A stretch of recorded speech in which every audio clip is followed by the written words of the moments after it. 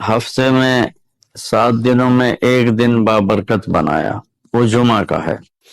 اللہ تعالیٰ نے قوم یہود سے کہا کہ میرے علم میں ایک دن ہے بہت برکت والا، وہ تم ڈھونڈو اور چن لو۔ تو انہوں نے خطا کھائی اور ہفتے کا دن چن لیا۔ ہفتے کو یہودی عبادت کرتے ہیں، کام نہیں کرتے۔ پھر اللہ تعالیٰ نے عیسیٰ علیہ السلام کی قوم سے کہا کہ ایک دن میرے بارگاہ میں بہت بابرکت ہے، دعائیں قبول ہوتی ہیں، اسے تم ڈھونڈو۔ ان پہ چھوڑا تو انہوں نے اتوار چن لیا۔ لیکن جب ہماری باری آئی تو اللہ نے ہمیں نہیں کہا کہ ڈھونڈو۔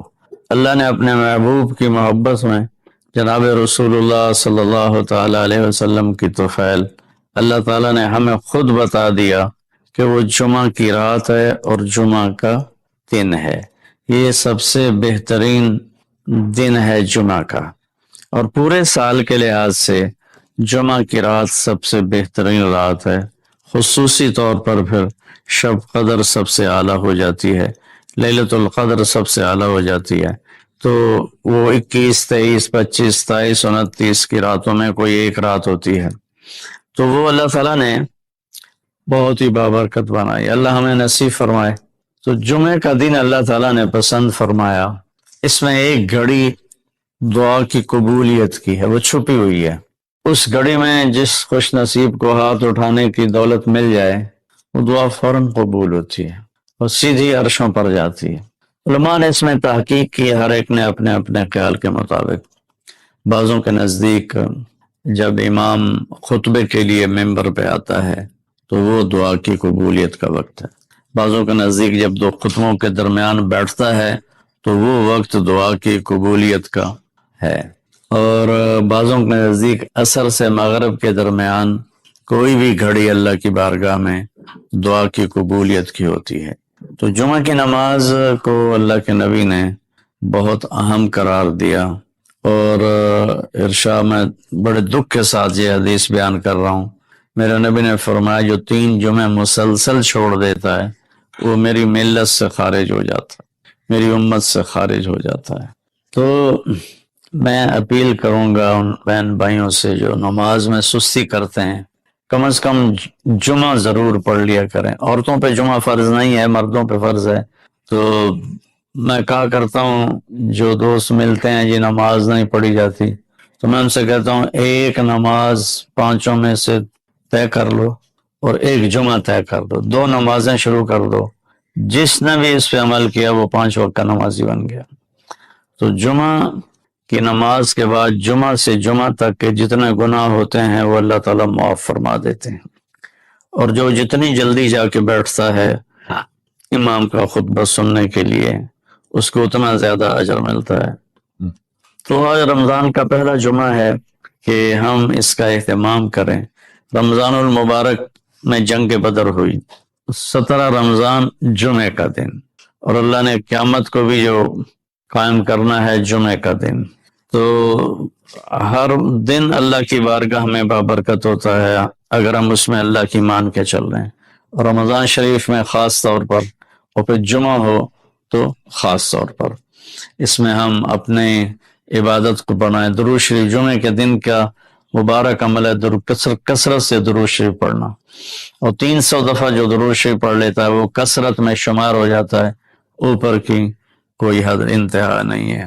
ہمارے ایک رشتہ دار تھے، وہ انتقال ہو گیا، اللہ ان کو درجہ بلند کرے۔ وہ روزانہ ایک دن میں 10,000 دفعہ درود شریف پڑھا کرتے تھے، ہر وقت تسبیح ان کے ہاتھ میں ہوتی تھی، اور روزانہ 10,000 دفعہ درود شریف پڑھا کرتے تھے۔ تو میرے بہن بھائیوں، میرے عزیزوں، اللہ تعالیٰ نے ہمیں ہر نماز کی بڑی اہمیت بتائی ہے، ہر نماز کی، لیکن خاص طور پر جمعے کی بڑی فضیلت ہے، اور جمعہ بھی رمضان المبارک کا ہو تو اور زیادہ وہ باعث برکت ہے، قابل رحمت ہے۔